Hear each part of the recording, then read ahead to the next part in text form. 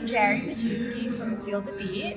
Feel the Beat is an accessible dance studio that makes dance and music equally accessible to those who are deaf, hard of hearing, and with disabilities. And we do that through a really unique curriculum that we've curated, sign language use throughout all of our classes, as well as a very specialized bone conduction transducer dance floor that is fully equipped with this beautiful special technology.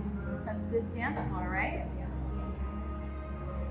We were in the studio just now, and we're here at the rec center. The name of the rec center is Charles Whitlock Recreational Center in Lakewood. In Lakewood, Colorado. Yes. And what I understand from Bill Phillips, who is the person that helped you install and sort of bring this vision to life here at the rec center, was that you've been looking for this for a long time, and that having haptics was something you had maybe thought about or didn't know exactly how to create the solution to this problem or this idea that you had. Tell me about how this all came to be. Yeah, so initially, it's about 8 years ago, the first thought I had was like, I want to make music and dance accessible to the deaf and hard of hearing community. How do you do that? I turned to who was my assistant teacher at the time, who's my co-founder now, Julia Faliano. I turned to her and I was like, wouldn't it be really great if we could make a dance floor that was like all speaker equipment, like the top of a speaker. That's completely not what we ended up doing. That's not at all impactful, but like that was like the first seed, So from there, we started doing research. We started having conversations with different sound engineers and electrical engineers, like what's out there, what exists. Haptic in itself can be quite useful in certain scenarios, but it really only picks up like strong bass, strong, like profound instruments. It's essentially like being next to a speaker, which is, we wanted more than that. We really wanted to be able to broaden the realm of access to music and really hit more frequencies and provide access to different instruments, and like really what tool would be the best use for this case. And is that like broader, meaning because like if you're standing in front of a speaker, it's like, or maybe you're in a club or something and you have the speakers all around you, but it's not coming from, like, is the location the broadening? Or you said also the different, like sort of the range, the different frequencies. Like, what are the different things that you're expanding on? So something, and I'm sure Bill could clarify in the more engineer-minded sense, but essentially, like the haptic wearables, for instance, or being next to a speaker, you're getting the really low or high frequencies, like you're getting like the extremes. You really don't pick up any of that middle range, so you'll get like strong bass, you'll get the drums, but any instrument that like lives in between, you really don't pick up. So that kind of limits you as an instructor. You're really just able to teach hip hop. Like you're really only able to instruct students to musicalities or dance moves that has that like really strong, profound bass that you can hear that like don't. And these are students that you're talking about, as you're a dance educator and you have a background in musical theater, and so these students are primarily young adults or children. What are sort of the age ranges? When we initially started, I have my deaf education background and degree is first primarily in early childhood education, so really birth through 3rd grade. We weren't working with infants at the time. We were mostly focused on like preschool through elementary ages. As the years went on, we of course, once Feel the Beat's first studio opened, it was open to elementary, middle school, high school, and we broke out the age groups as such. Now we have infancy programs, we have mommy and me type styled programs, or like dance together as we call it, and then we have everything all through adults, and we even work with senior citizens. Wow. So cool. We deal with the whole span. Amazing. Yeah, but in in reference to what we were looking for technology-wise, we started experimenting with different haptics, different transducers that were out there.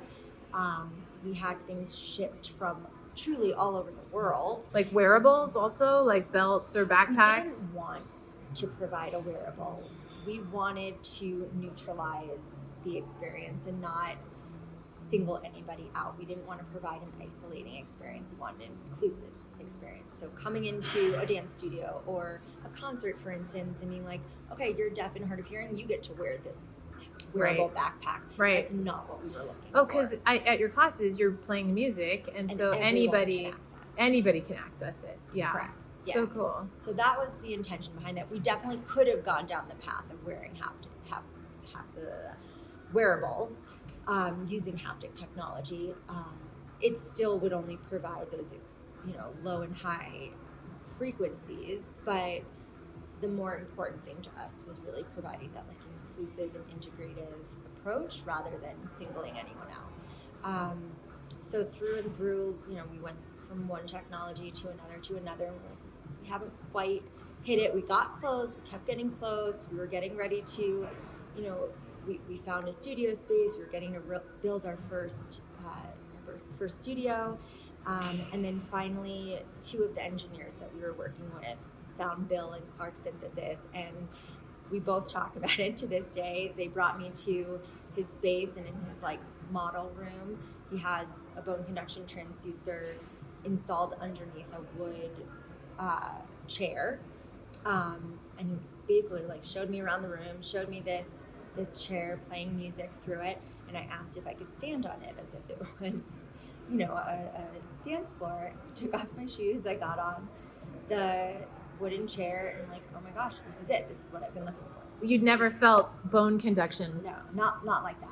Okay. Not to that degree. I felt bone conduction and like what's used in a hearing aid. In a hearing aid, sure. But, and like, we've been able to play with and toy around with what those kind of bone conduction devices can do, but like it can't extend through a table or a chair or a floor.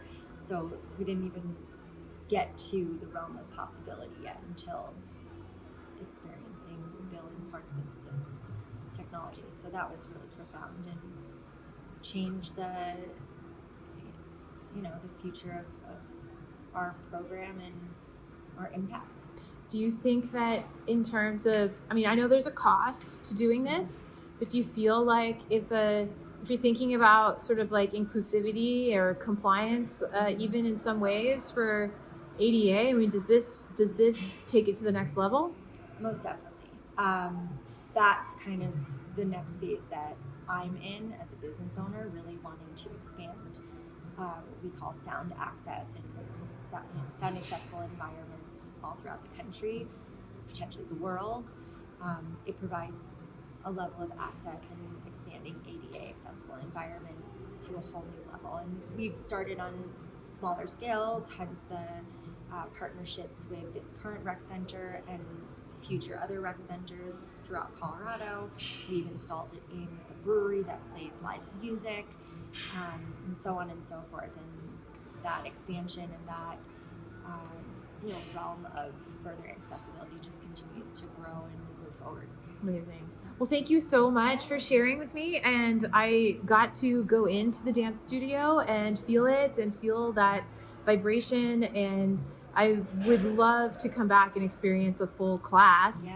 It would be so awesome, right? Mm-hmm. So let's hope that can happen. Yes. And in the meantime, I'm thrilled for you, and I wish you all the best. And I feel like I'm in a really progressive place with progressive thinking people who like have made something pretty amazing happen. So, and that's fantastic. And it's great to see. And that studio, actually, as we were leaving, we were in the studio earlier, and as we were leaving the class, some seniors were coming in for another class. So it seems like, if you were just to look at it, you wouldn't necessarily know that it contains all of these technical abilities under the floor. Yeah. But then when you turn it on, all of a sudden you're feeling something that you've never felt before in a studio environment. So it's really amazing how discreet, but how powerful it is. Yeah.